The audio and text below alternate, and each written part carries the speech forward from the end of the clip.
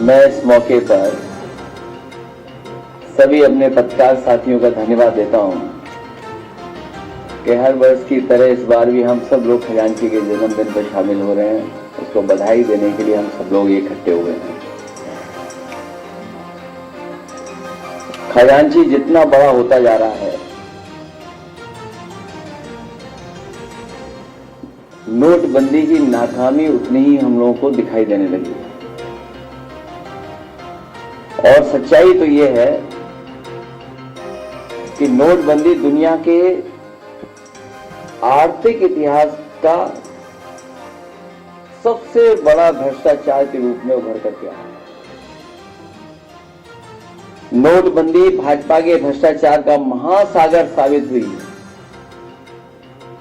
नोटबंदी के समय जितने भी दिखावटी लक्ष्य रखे गए थे, उनमें से एक भी पूरा अभी तक सरकार नहीं कर पाई और न दावा कर पाई है आज तक कि नोटबंदी के समय पर जो उन्होंने लक्ष्य रखे थे, वो एक भी लक्ष्य पूरा सरकार का नहीं हुआ है। नोटबंदी केवल दिखावटी उनका और दिखावटी बनकर के रह गई है। नोटबंदी का असर स्लो पॉइजन जैसा था।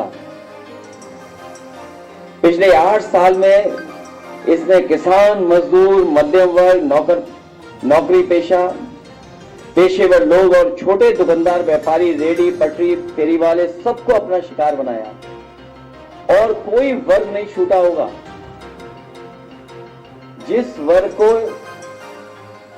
नोटबंदी की वजह से छत न पहुंची हो।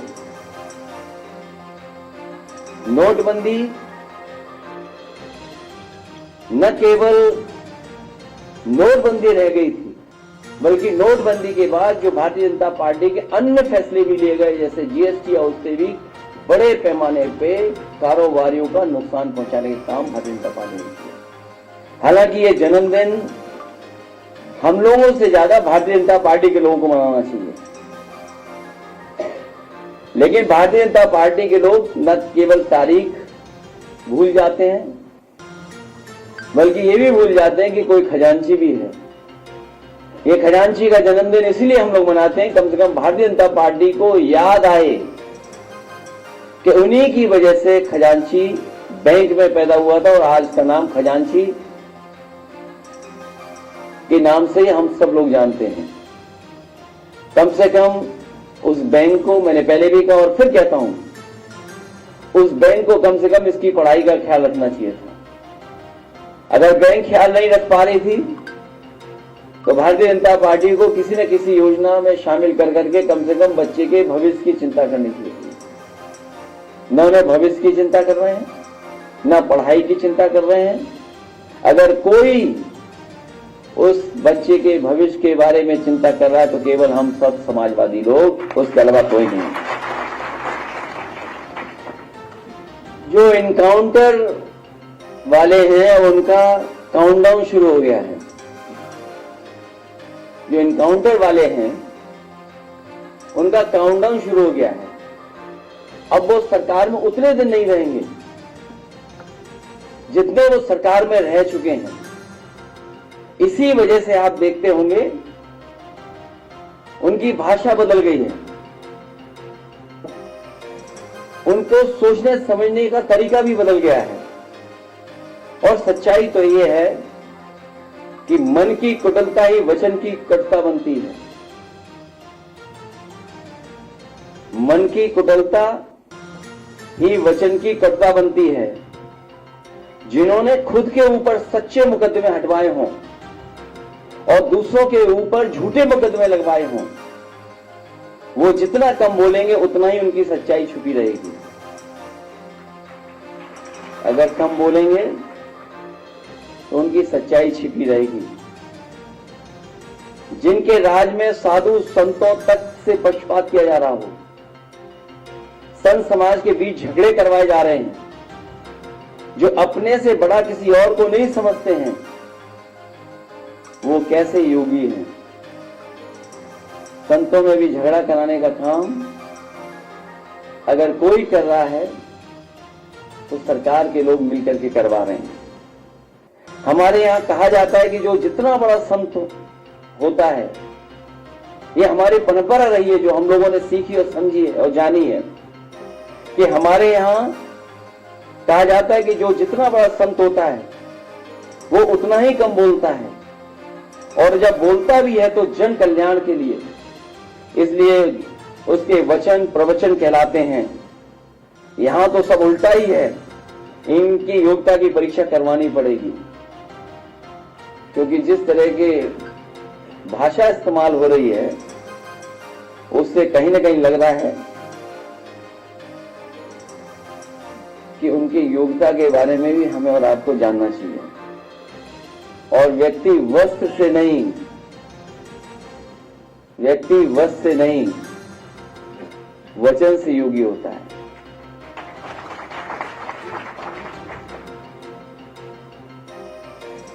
जो लोग हमेशा अमृत काल को याद दिलाते हैं, ये आजादी का नहीं बर्बादी का अमृत काल है, और नकारात्मक लोगों का भी। कलयुग में सब उल्टा होता है, ना तो समझो वही हो रहा है। जो कलयुग है उसमें उल्टा होता है और सब उल्टा कर रहे हैं लोग। हमारे यहां ये माना जाता है कि जितना बड़ा ज्ञानी होता है वो उतना ही चुप रहता है, इसलिए हमारे यहां मौनी और मुनि की परंपरा रही है।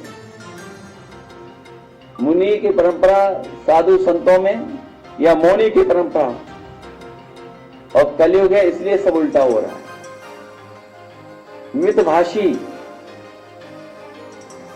मितभाषी वाचाल बन गए हैं आजकल। वो मितभाषी नहीं बन रहे हैं, उनका सुनिए क्या कह रहे हैं आजकल।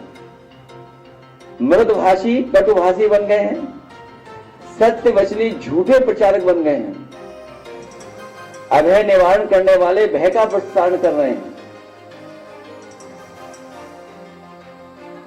परोपकारी लोग अत्याचारी का काम कर रहे हैं।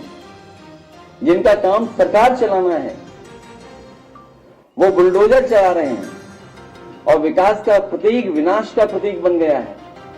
और अभी सुना होगा हमने और आपने कि किसी भी सरकार को इस तरीके से सुप्रीम कोर्ट ने नहीं कहा होगा जिस तरीके से इस सरकार को कहा। और सुप्रीम कोर्ट ने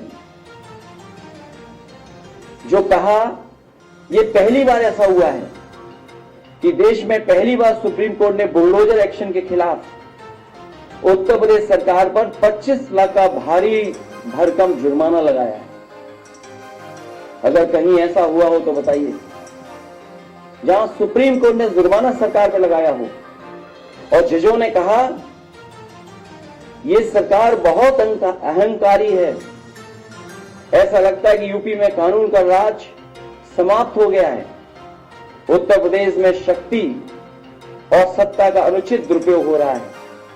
ये बात याद होगा आपको, जब भी सरकार के खिलाफ हम लोगों ने कहा होगा तो इन बातों को हमेशा रखा कि सरकार अहंकार में संविधान भी भूल गई है, और बुलडोजर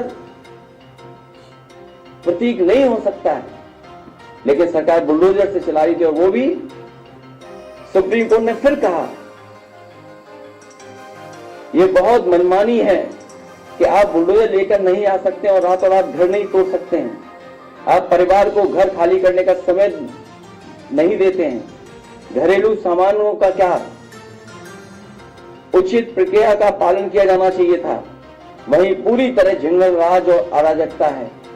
सोचिए सुप्रीम कोर्ट में ये टिप्पणी होती हो, क्या आप बुलडोजर लेकर के जाते हैं लेकिन घर परिवार के लोगों को अपना सामान निकालने का भी मौका नहीं देते हैं, जो घर की गृहस्थी है उसको भी निकालने का मौका नहीं देते हैं, समय नोटिस मिलना चाहिए, नोटिस नहीं देते हैं, और उसकी वजह से सरकार को ये अपमान झेलना पड़ रहा है। और ये पहली बार जुर्माना ही नहीं, बल्कि कोर्ट ने यह कहा है कि ऐसे अधिकारियों के खिलाफ कार्रवाई भी हो जिन्होंने इस तरह का काम किया है, और वो भी कहां, मुख्यमंत्री जी के घर के बिल्कुल बगल में ये उस पर इस तरह का सुप्रीम कोर्ट की टिप्पणी आई है। जो सरकार दूसरों के लिए न्याय का उदाहरण बननी चाहिए वो अन्याय कर रही है, इसलिए आए दिन उसे न्यायपालिका से डांट पड़ रही है, जुर्माना तक लग रहा है। पुलिस छापे मारती थी, अब पुलिस पर छापे पड़ रहे हैं। पुलिस छापे मारती थी, अब पुलिस पर छापे पड़ रहे हैं। और जहां बहुत कुछ मिल रहा है उसके बारे में कहा जाता है कुछ है ही नहीं वहां पर, कुछ निकला ही नहीं वहां पर, कुछ था ही नहीं वहां पर। जिसका काम भेदभाव मिटाना है वो भेदभाव बढ़ा रहे हैं। जो लोग महंगाई, बेरोजगारी, भ्रष्टाचार, महिला सुरक्षा जैसे मुद्दों पर बहुत हुई फलाने की मार, अब की बार डैश डैश, आप जानते होंगे किसकी सरकार, जैसे नारे लगाते हुए आए, वो महंगाई, बेरोजगारी, भ्रष्टाचार, महिला सुरक्षा के बारे में के सारे रिकॉर्ड तोड़ चुके हैं। अगर हम इनकी तुलना करें जिस समय ये सरकार में आए और सरकार के आज के आंकड़े अगर हम देखें तो हर मानक में, चाहे वो महंगाई हो, बेरोजगारी हो, भ्रष्टाचार हो और चाहे महिला सुरक्षा के सारे रिकॉर्ड तोड़े हैं। न केवल रिकॉर्ड तोड़े हैं बल्कि महिला सुरक्षा को लेकर के, उन्हें न्याय को लेकर के इतना महिलाएं या बेटियां कभी मुख्यमंत्री आवास में आत्मदाह करने नहीं आई जितनी इस सरकार में आई है। लोगों को न्याय नहीं मिलता, तहसीलों में जान दिए उन्होंने, अधिकारियों के सामने आत्मदाह करने की कोशिश की। और सोचिए मुख्यमंत्री कार्यालय के बगल में कितने ऊंचे खंबे पर केवल न्याय मिल जाए, उसकी बात सुन लें, उसलिए गरीब को कहां नहीं जाना पड़ रहा है। जिन्हें संविधान के हिसाब से चलना चाहिए वो मन विधान के हिसाब से चल रहे हैं। और जो नारा कभी अंग्रेजों ने लगाया था, अंग्रेजों के जो विचार थे, अंग्रेज तो भारत छोड़ के चले गए, लेकिन अंग्रेज अपने विचारवंशी लोगों को यहीं पर छोड़ गए। जो विचार अंग्रेजों के थे वही विचार इस सरकार के हैं। दिल्ली और लखनऊ सहयोग से चलने चाहिए, यहां तो विरोध से चल रहे हैं। डबल इंजन उल्टे लगे हैं, या आमने सामने दोनों एक दिशा में नहीं है।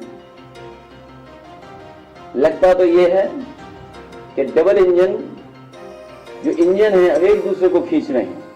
किस दिशा में खींच रहे हैं वो उत्तर प्रदेश की जनता बेहतर समझती है। जिन्हें सामाजिक सौहार्द के पुल बनाने चाहिए थे वो नीचे नीचे बारूदी सुरंग फैला रहे हैं। इसलिए इस मौके पर मैं यही कहना चाहता हूं कि इनकाउंटर वाली सरकार का काउंटडाउन शुरू हो गया और उसकी शुरुआत उपचुनाव से होगी। इसीलिए घबराए हुए हैं, और इतने घबराए हुए हैं कि वो उन्होंने अधिकारियों को अपना पदाधिकारी मान लिया है, उन्हीं से काम ले रहे हैं। उन अधिकारी और सरकार के लोगों को नहीं पता है कि जनता उनके साथ नहीं है, जनता उनके खिलाफ है। जब जनता उनके खिलाफ है तो क्या करेंगे अधिकारी और क्या करेंगे और लोग। इसीलिए आपने देखा हो उनकी भाषा कितनी बदल गई, भाषा में क्या क्या बोल रहे हैं वो लोग। हमें उम्मीद है कि आज जब हम लोग जन्मदिन मना रहे हैं खजांची का, कम से कम भारतीय जनता पार्टी के लोग भी कुछ न कुछ उपहार खजांची के लिए जरूर देंगे।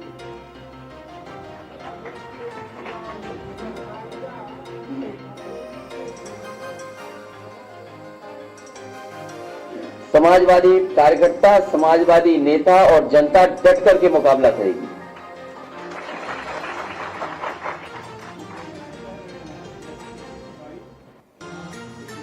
उन्हें आईसाइट चेक करवा लेनी चाहिए अपनी, क्योंकि एनसीआरबी के आंकड़े झूठे नहीं हुए। अगर मुख्यमंत्री जी ये बात बोल रहे हैं उसका आधार क्या है? कोई आधार तो होगा, कोई आंकड़े तो होंगे। इसीलिए जो अपने सच्चे मुकदमे वापस लेते हो उनसे क्या उम्मीद करोगे?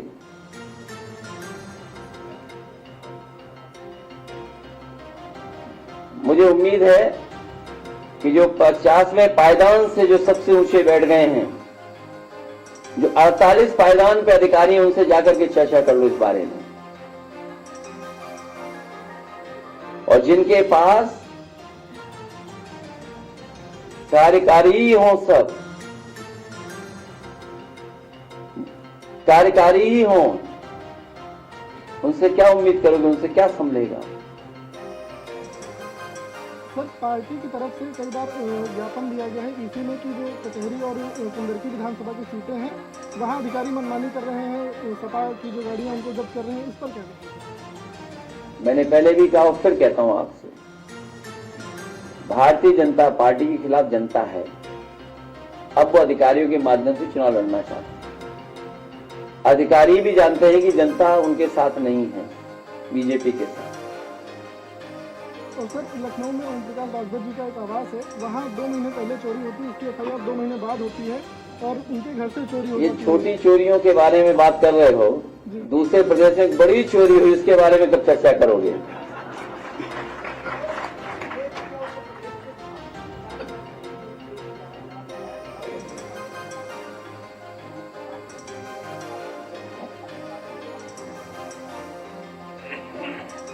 कम से कम सरकार को झूठ नहीं बोलना चाहिए।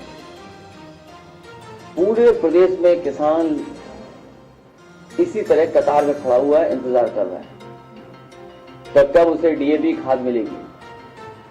और ये आज से नहीं चल रहा है, जब से किसान को नई फसल तैयारी के लिए तैयारी करनी थी तब से किसान लाइन में लगा हुआ है। उत्तर प्रदेश में आज हम जब यहां मौके पर बातचीत कर रहे हैं, कोई ऐसी जगह उत्तर प्रदेश में नहीं होगी जहां पर लाइन न लगी हो या रात भर किसान न बैठा रहा हो। यह सरकार अपनी नाकामी छिपाना चाहती है, नकारात्मक है, नेगेटिविटी है इसके अंदर।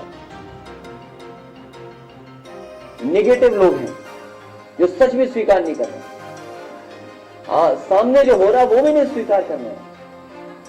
सोचिए कहां पर खाद मिल रही है। और दुख तो तब है आपके लाइव चैनल भी वहां नहीं पहुंच पा रहे हैं। कम से कम आप थोड़ा बहुत इधर उधर सोच सकते हो, लेकिन आपका कैमरा कभी झूठ नहीं बोलेगा।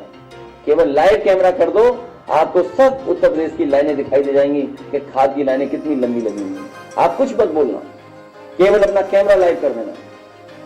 पूरा देश प्रदेश और जो लोग ये कह रहे हैं कि खाद की कहीं किल्लत नहीं है, वो जान जाएंगे। उन्हें किसान से कोई उनको प्रेम नहीं किसान से। ये लोग तो केवल पहले बोरी में चोरी कर रहे थे, पूरी बोरी चोरी कर ली। कहीं नकली खाद पकड़ी जा रही है, जो नकली खाद पकड़ी भी जा रही है, जो खाद माफिया है वो सब बीजेपी के लोग हैं। बीजेपी के लोग मिलकर के खाद माफिया के साथ ये सब काम कर रहे हैं।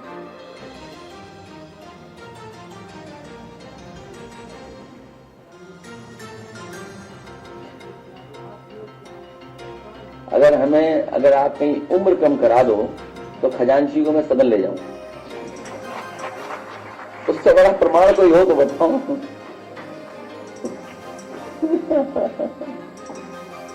अगर उम्र कम हो जाए तो मैं उसको ले जा सकता हूं। क्यों उम्मीद कर रहे उनसे नौकरी देंगे? इससे पहले भी कई नौकरियों के पेपर लीक हुए। जो बच्चे चाहते हैं वो नहीं सुन रही सरकार अपनी मनमर्जी करना चाहती है।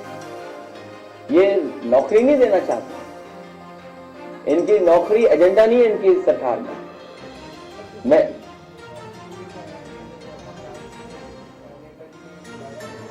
मैं उन्हें बधाई देना चाहता हूं। नहीं, परीक्षा वो कराना नहीं चाह रहे, नियत नहीं है सरकार की वो परीक्षा कराने की। नमस्कार, आप देख रहे हैं भारत समाचार और मैं हूं आपके साथ नंदनी।